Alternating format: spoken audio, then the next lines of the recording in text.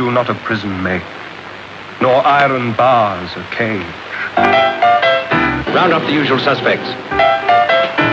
Justice must not only be seen to be done, it must be seen to be believed.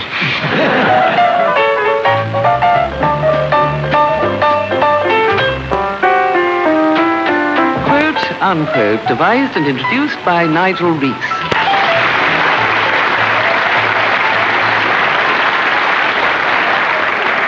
Hello again, if I might quote Josephine Hull, the American actress. Playing Shakespeare is very tiring. You never get to sit down unless you're a king.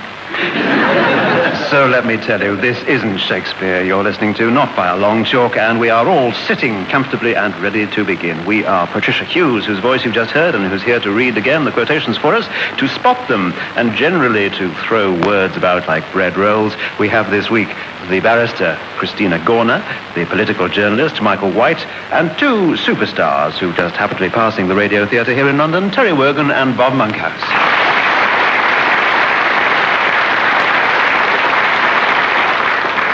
We begin this week with some personal perspectives, quotable remarks about people and things. Terry Wogan, who said this about whom? He is English literature's performing flea. That was P.G. Woodhouse. Yes. And I always thought it was Chesterton who said it about him. In fact, it was Sean O'Casey, the Irish playwright. Sean O'Casey? Yes. So what did he know? He knew nothing. The man, the cause of many a riot in Abbey Street.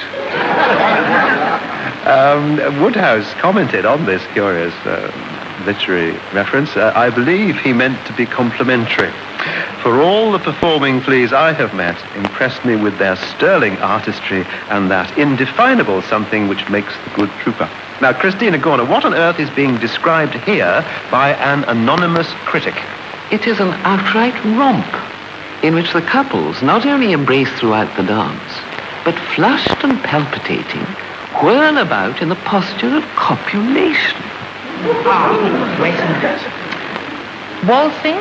Waltzing, yes. Waltzing? When the waltz was introduced to England from Germany in 1812, it shocked people. Yeah, well, it was both close together. We've completely dropped, haven't we? Everybody stands on their own whenever I go to a party and dance. Nobody will come near me. But I did learn to do ballroom dancing. I was taught at my school, which was a convent school. It didn't have any boys there, and I really was very good, but I was always playing the male part. So I had to do the leading. So whenever I have the opportunity to dance in a proper, which isn't very often, ballroom dancing, I find that I'm sort of quite unable to follow, and I'm busy pushing some poor bloke, trying to make him go backwards, you know. I would love to see you in action. I really would. Michael White, it's clear what is being criticized here, but do you know who said it? In my experience, if you have to keep the lavatory door shut by extending your left leg, it's modern architecture. I do know who that is. It's a very familiar style, and it's a most distinguished colleague of mine. It's the television critic Nancy Banks Smith of The Guardian. Yes. One of the great anarchists of the printed word. Yes, Nancy Banks Smith, witty TV critic of The Guardian for many a year.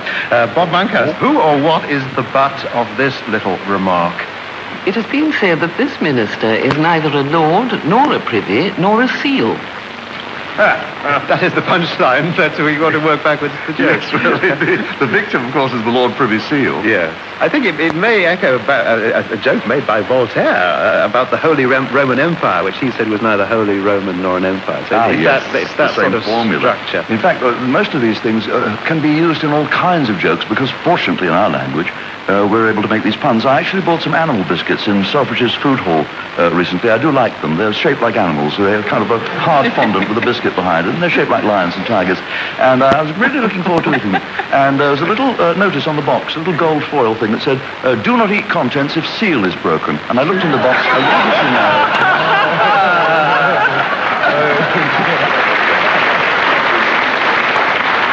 Right, and it's but a short step from the Lord Privy Seal to round two, where it is a question of name the politician who said these things or is described in them. Now, Terry, which politician said this? Think what I've got for Ireland. Something which she has wanted these past 700 years. Will anyone be satisfied with the bargain? Will anyone? I tell you this, early this morning, I signed my death warrant. Well, I think it turned out to be true. It did. Because he was subsequently assassinated during the Irish Civil War in a place called Bale-na-Blah in County Cork. And that was Michael Collins, who has assumed a kind of mythological significance in Irish history since. Had he lived, might have turned out disappointingly, but he was a master tactician. And he is celebrated, is he not? In a movie, yes, with Liam Neeson, who has his stature because he was a big man, but hasn't got his ears. I have, and I was a natural father. Once again, been overlooked in favour of lesser men. Yeah. And particularly as I do a particularly good Cork accent because it goes up and down, and he was from Cork. I should point out that Liam Neeson is from Northern Ireland and has as much chance of doing a Cork accent as my grandmother. Well, there we are. We will all obviously get to know more about Michael Collins as a result of that. Now, Christina, which politician reputedly said this about which other politician? She has the eyes of Caligula and the lips of Marilyn Monroe. Elle a les yeux de Caligule, mais elle a la bouche de Marilyn Monroe. Little clue there. Well, Your actual French? in French.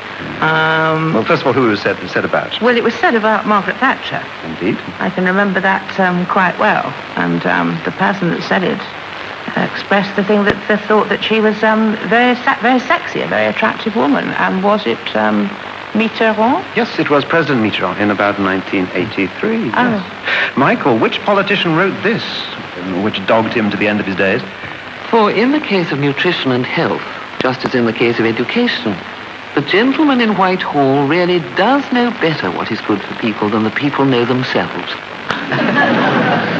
Gosh, couldn't get away with that with the Daily Mail now, would we? I do know who that is because he died quite recently. It was Douglas Jay, Lord Jay as he became. And it's funny we should be talking about, he was a sort of state socialist of the 40s school after the war, when the state had done so well. You notice the invasion of Normandy was not sponsored by Benson and Hedges, it was sponsored by the state, and at the end of the war we thought the state could do all sorts of things which Mrs. Thatcher subsequently persuaded us with her Chobham armour-plated handbag that we could not.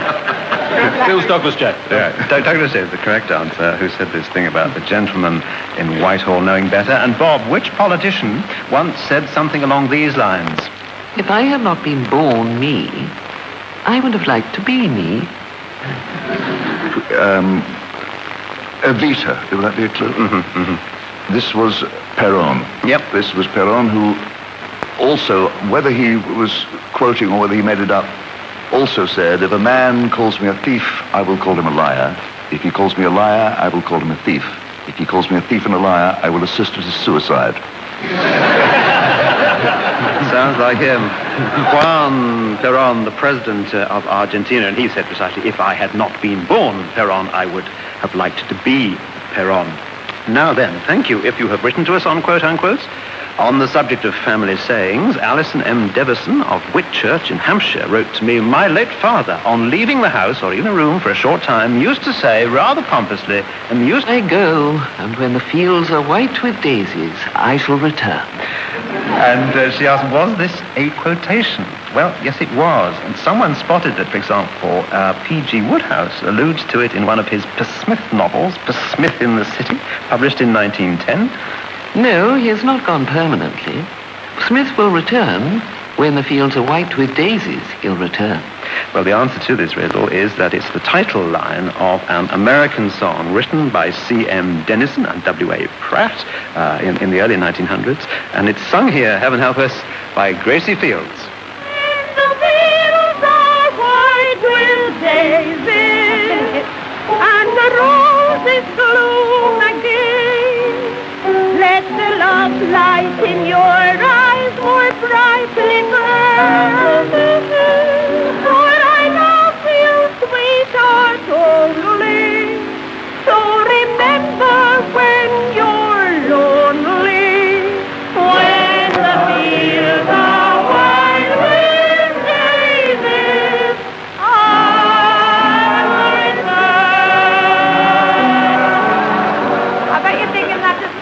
that's all what it did. Thank you, Gracie. What can one say? That is how family sayings begin. People hear a song and it passes into their family language. Well, now time for some literary lapses, wherein I invite the panel to nominate and quote any passages of prose or poetry or song lyrics or whatever, which they consider to be quotably and memorably bad. Terry. I have several favourites in the music world, obviously. A particular favourite has got these immortal lines. I've been undressed by kings and seen some things a woman shouldn't see. I've been to paradise, but I've never been to me. Some of them like that. Well, where is that from? It's a song called I've Never Been to Me. It was a huge hit. It was a #1 hit. Won't you sing it? Yes. Oh, no, please, no. Restrain yourself. Christine, what are you nominating? Well, now, there's a poet called William McGonagall who is famously terrible. Yeah. And so much so that I believe he's actually coming back as a sort of cult figure. Anyway, because I deplore the loss of any theatres and wish that they'd build some more, I chose the burning of the Exeter Theatre. So he says, 'twas in the year of 1887, which many people will long remember, the burning of the theatre at Exeter on the 5th of September. Alas, that ever to be remembered unlucky night when 150 lost their lives, a most agonizing sight. And it goes on and on. It's really gory. And then it goes on finally, which I thought was a marvellous last verse, to say, I am very glad to see Henry Irving has sent £100. And I hope his brother actors will subscribe their might all round. And so it goes on. Well, I think you've made your point.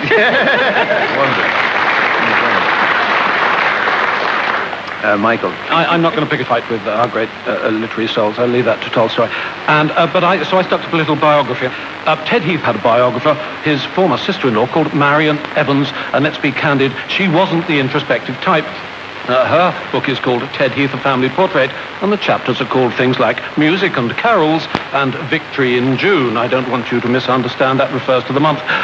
The extract I've taken here is called Teddy and Women, and it starts, "You can't imagine Teddy kissing a girl, can you?" said Mummy, and quite honestly, I couldn't. But he says he loves them all a little bit. She and I would often speculate about Teddy and girls. We knew they liked him a lot and thought he liked some of them too. It wasn't as though he didn't notice girls or feminine things.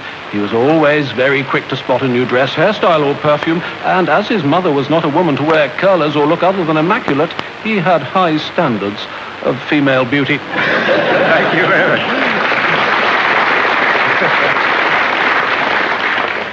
Bob? I think some of my favourite dialogue from the movies qualifies here, really, Nigel. As in Tony Curtis, when he first started his career, was stunningly handsome, but still had a very strong New York accent. And when he appeared in Son of Ali Baba, uttered the immortal line, "Yonder lies the castle of my father." It was Bella Darby in The Egyptian who had to say, "Men in their foolishness call me beautiful," but didn't do better than their previous biblical film, which was made in 1926, called Flight from Egypt, where at one point the caption appears on the screen to indicate the dialogue, and it says, "Oh, Moses, you've got such a down on the Romans."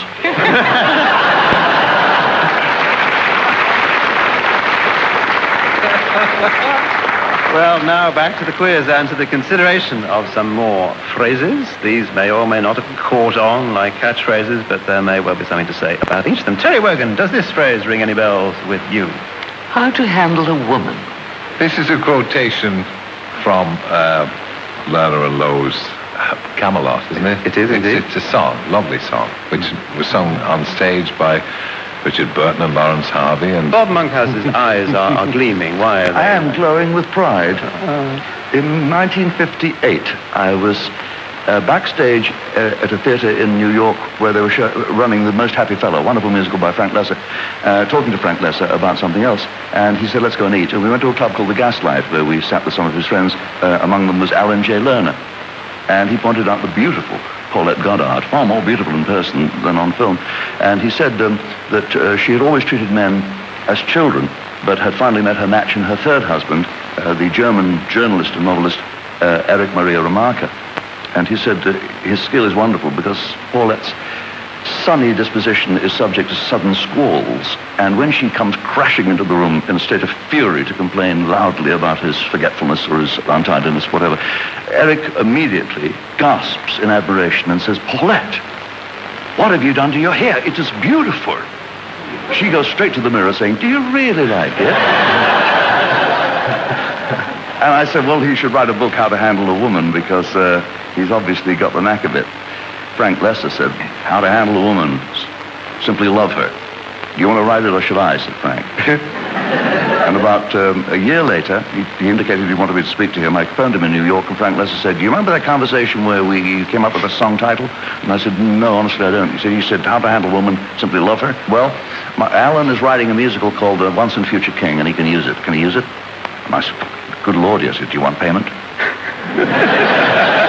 And my payment, of course, was to see Richard Burton walk on that stage and sing How to Handle a Woman in what was renamed Camelot. Well, thanks for that interesting information, Terry. Excuse me.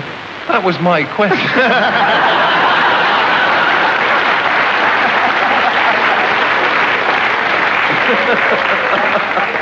Well, I'll let you answer Bob's. No. Christina Gorner, your phrase is this one. The case is altered.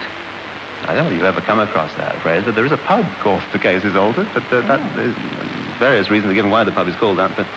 Yeah, it's an absolute nightmare of a question, this, really, Nigel. But it does have a legal... Yes, it has. Yeah. That's Edmund Plowden, who, Roman Catholic person who was on trial for celebrating Mass illegally during the period of Catholic persecution, wasn't he? He defended himself, and he was able to prove that the priest who had performed the Mass wasn't in fact a priest at all. And at this point, he exclaimed, "The case is altered." The case is altered because they couldn't prove it, which is, of course, what trials are all about today. The prosecution have to prove it, and the defendant, of course, does not have to prove anything. Mm-hmm. So this became a proverbial expression. As Edmund Plowden said, "The case is altered." But I've never been to a pub called The Case is Altered. I look forward to the experience before too long. In northwest London you will find it, but there they will tell you that in fact it is nothing to do with Edmund Plowden at all. It's from the Spanish Casa Alta, meaning high house, but we could argue about this for many hours.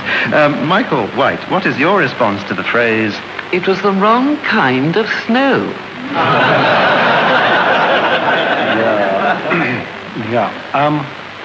Well, it's British Rail, of course, and it's the old problem of the trains misbehaving, although in fairness to British Rail, it must be said that the Japanese may have invented this dodge, or certainly nicked it. The Japanese did say, when refusing to import American or Italian skis, that they were made for the wrong kind of snow. So I would say, in defense of our railway system, that it isn't just us.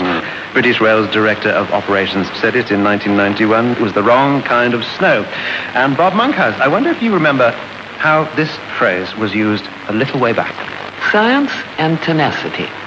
Science and technology. Tenacity. Oh, I know what this was. This was a series made here in this country, principally for America. That's why they had this sonorous March of Time voice. The March of Time voice. Let me get it. It's of the Yards. Bruce Seaton, now Sir Bruce Seaton, Fabian of the Yard. It was the opening. Fabian of Scotland Yard. Yes, about 1954, and although it was about this a real life Inspector Robert Fabian, it had this American voice at the front. "In a nation's war on crime, Scotland Yard is the brain of Great Britain's man-hunting machine," and so it went on. Now let's look at some other actual or kind of slogans. Terry, what was the slogan? What was the product that this song accidentally ended up promoting? Down the Rhine, they meant to have a picnic till Jones said, "I must decline. Boys, you'll be advised by me, stay away from Germany. What's the good of going down the Rhine? Let's all go down the Strand." Have a banana. You got it. That was a grand, booming voice, wasn't it? Yeah. Have a banana. Did that aid the sales of the old banana? Well, it did indeed. I have a quotation that may be entirely apposite, but I doubt it. Attributed to Stephen Hawking.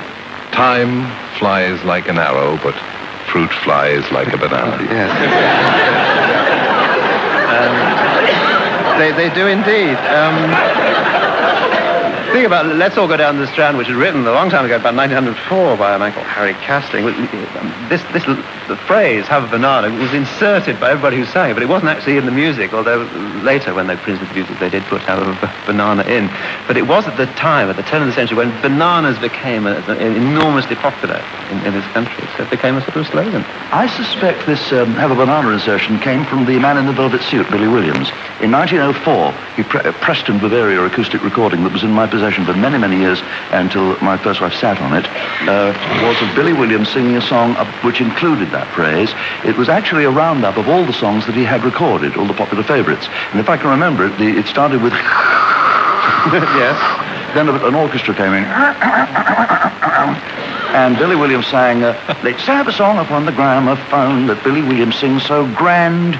With his save a little one for me and Johnny, get your gun and let's all go down the strand, have a banana. John, put your trousers on, I'm waiting for a girl, and it jolly well serves you right. Tickle me, Timothy, said Jean from Aberdeen. Well, I must go home tonight.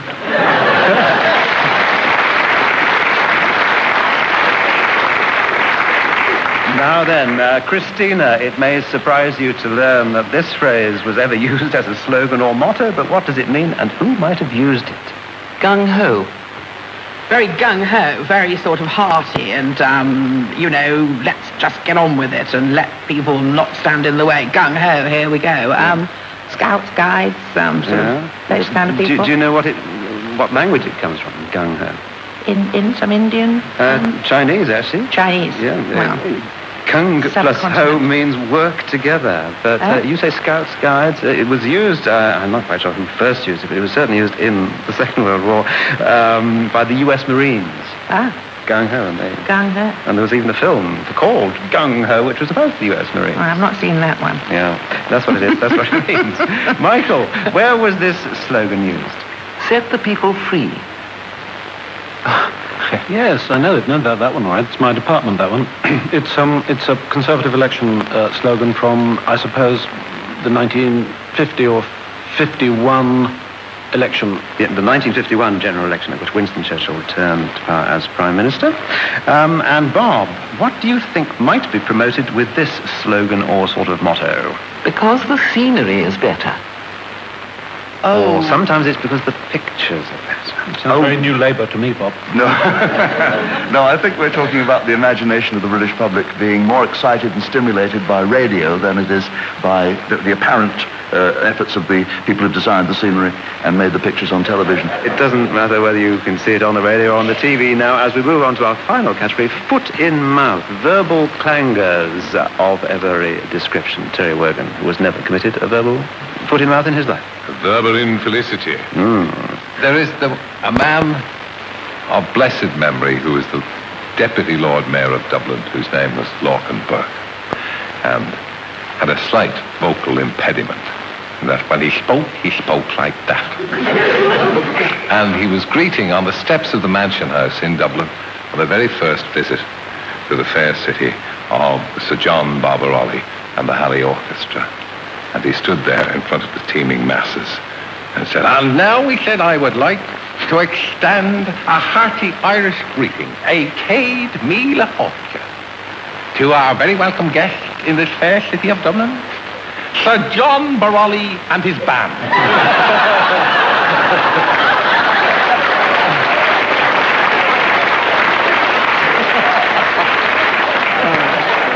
He was also the man who had, I think it was a Variety Club lunch, as they do, raising money for good cause, and this for blind children.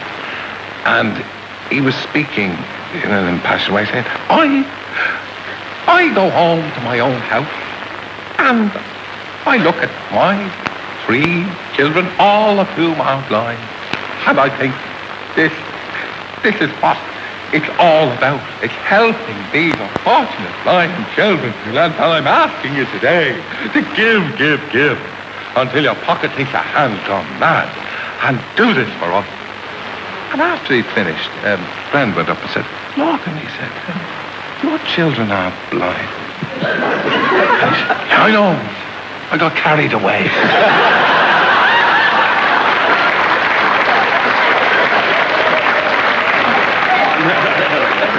Christina. He had me quite convinced. Verbal things, yeah. Sergeant Sullivan, one of the last Irish barristers to practice over here, I mean, he was addressing some particularly taciturn judge on the subject of a late personal injury claim, and the judge said to him, Sergeant Sullivan, has your client not heard of the maxim valenti non fit ignoria? And Sergeant Sullivan said, indeed, my lord, in Ireland, where my client comes from, they talk of little else.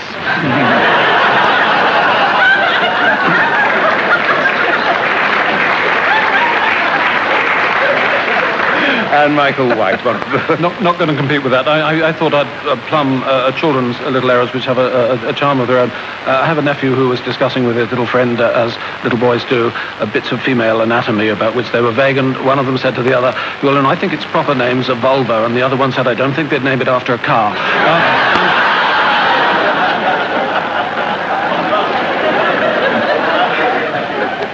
Bob. I beg to be forgiven for one of my worst moments on television when I was presenting, you may agree, a series called The $64,000 Question, and I had to be very grim and dramatic in drawing out the questions in such a way that it was clearly a very serious matter. And for £6,400, this is your question in 6 parts. In a moment, you will hear, and I intended to say, the first part. When I heard coming out of my mouth, in a moment you will hear the first, I realized that I shouldn't continue, but I'm afraid I did.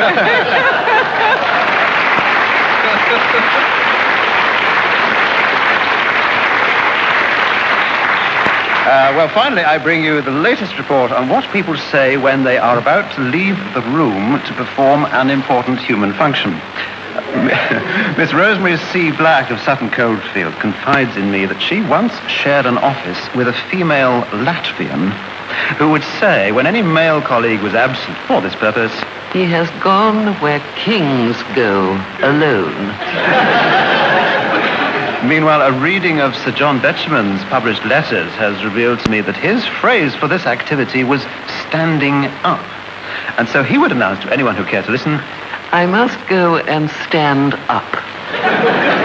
And Anthony Powell, the novelist, in his published journals, records that a certain Lady Lloyd was heard to inquire of her guests, Do you want to put your hat straight? Well, that is what we're going to do now, so goodbye.